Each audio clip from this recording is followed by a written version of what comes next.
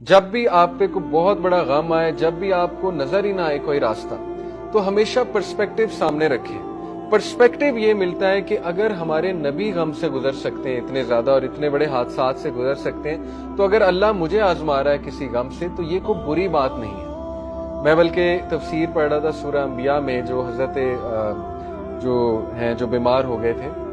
ایوب، حضرت ایوب کے بارے میں لکھا ہوا تھا مفسرین نے کہ حضرت ایوب کو کیوں اتنی پین ہوئی اور کیوں اللہ تعالیٰ نے اتنا ٹیسٹ اور ٹرائل ان کا لیا، صرف اس لیے لوگوں کو دکھانے کے لیے کہ ٹیسٹ، ٹرائل اور پین کا مطلب یہ نہیں کہ اللہ تمہیں ہیٹ کرتا ہے یا اللہ تعالیٰ تمہیں پنش کر رہا ہے، بلکہ اللہ نے اپنے عظیم ترین لوگوں کا بھی ٹیسٹ اور ٹرائل لیا ہے، نیک ترین لوگوں کا بھی ٹیسٹ اور ٹرائل لیا ہے۔ تو یہ ایک اچھی بات بھی ہوتی ہے، لیکن آسانی کا سوال انسان کو کرنا چاہیے، اور اس کے لیے ہمارے نبی نے بہت سی دعائیں ہمیں سکھا دی آسانی کی۔ ربی یسر ولا تعسر وتمم بالخیر،